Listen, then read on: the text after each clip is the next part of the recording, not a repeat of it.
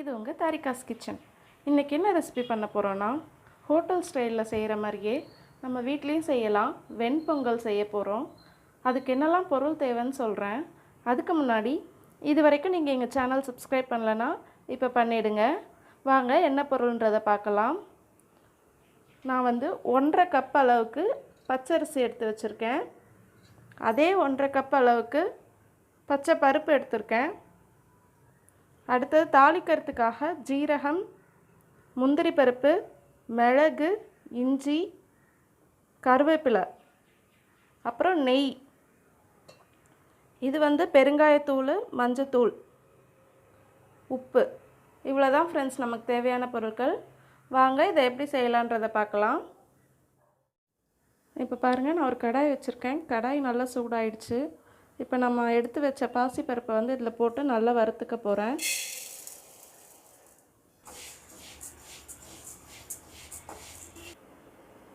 அவ்வளோதான், இது நல்லா வறுபட்டுடுச்சு. நல்லனா கொஞ்சம் சூடானால் போதும், ரொம்ப செவக்க வறுக்கணும்லாம் அவசியம் இல்லை. ஆஃப் பண்ணிடலாம்.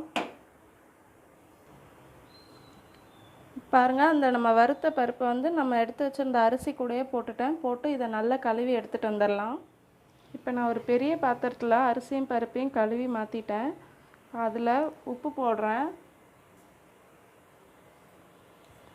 அப்புறம் தண்ணி ஊற்றணும். தண்ணி 1க்கு 2 கப் அளவுக்கு தண்ணி வச்சுருக்கேன். 6 கப்பு தண்ணி ஊற்றுறேன் நான். இப்போ இது கூட கொஞ்சமாக பெருங்காயத்தூள் போட்டுக்கிறேன்.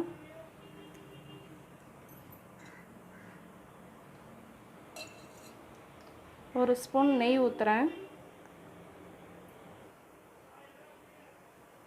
மஞ்சத்தூள் போட்டுக்கலாம். அவ்வளோதான், இதை அப்படியே குக்கரில் வச்சு ஒரு 4 விசில் வச்சு எடுத்துடலாம். பாருங்கள், பொங்கலுக்கு நம்ம வச்ச அரிசியும் பருப்பும் நல்லா வெந்து வந்துடுச்சு. இப்போ இது மேலே தாளித்து கொட்டிடலாம். வாங்க தாளிக்கிறது எப்படின்னு பார்க்கலாம். இப்போ நான் தாளிப்புக்காக பேன் வச்சுருக்கேன். பேன் நல்லா சூடாயிடுச்சு. அதில் கொஞ்சமாக நல்லெண்ணெய் ஊற்றுறேன். கூடவே நெய்யும் ஊற்றுறேன். இப்போ நம்ம எடுத்து வச்சுருக்க மிளகு போடலாம். நல்லா பொரியட்டும். இப்போ பாருங்கள், பருப்பும் போட்டேன். இப்போ நம்ம வச்சுருக்க ஜீரகத்தையும் இஞ்சியும் போட்டுடலாம்.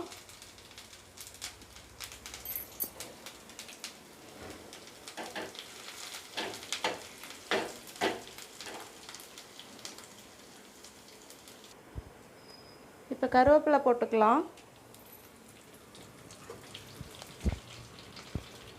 பெருங்காயத்தூள் கொஞ்சம் போட்டுக்கலாம். அவ்வளோதான், அடுப்பு ஆஃப் பண்ணிடலாம். இப்போ நம்ம தாளிப்பை இந்த பொங்கலோட கலந்துடலாம்.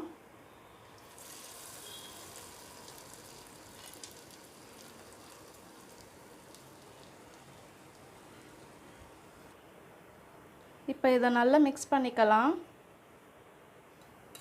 நல்லா மிக்ஸ் பண்ணிட்டேன். இப்போ இதுக்கு மேலே ஒரு ஸ்பூன் நெய் மட்டும் ஊற்றிக்கிறேன்.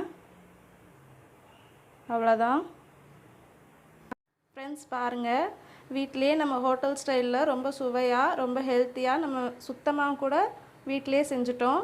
இதே மாதிரி நீங்களும் உங்கள் வீட்டில் செஞ்சு பாருங்கள். இதுக்கு நான் சைட் டிஷ் பார்த்திங்கன்னா சட்னி வச்சுருக்கேன், தேங்காய் சட்னி. இதோட லிங்க்கும் நம்மளோட டிஸ்கிரிப்ஷன் பாக்ஸில் கொடுத்துருக்கேன்.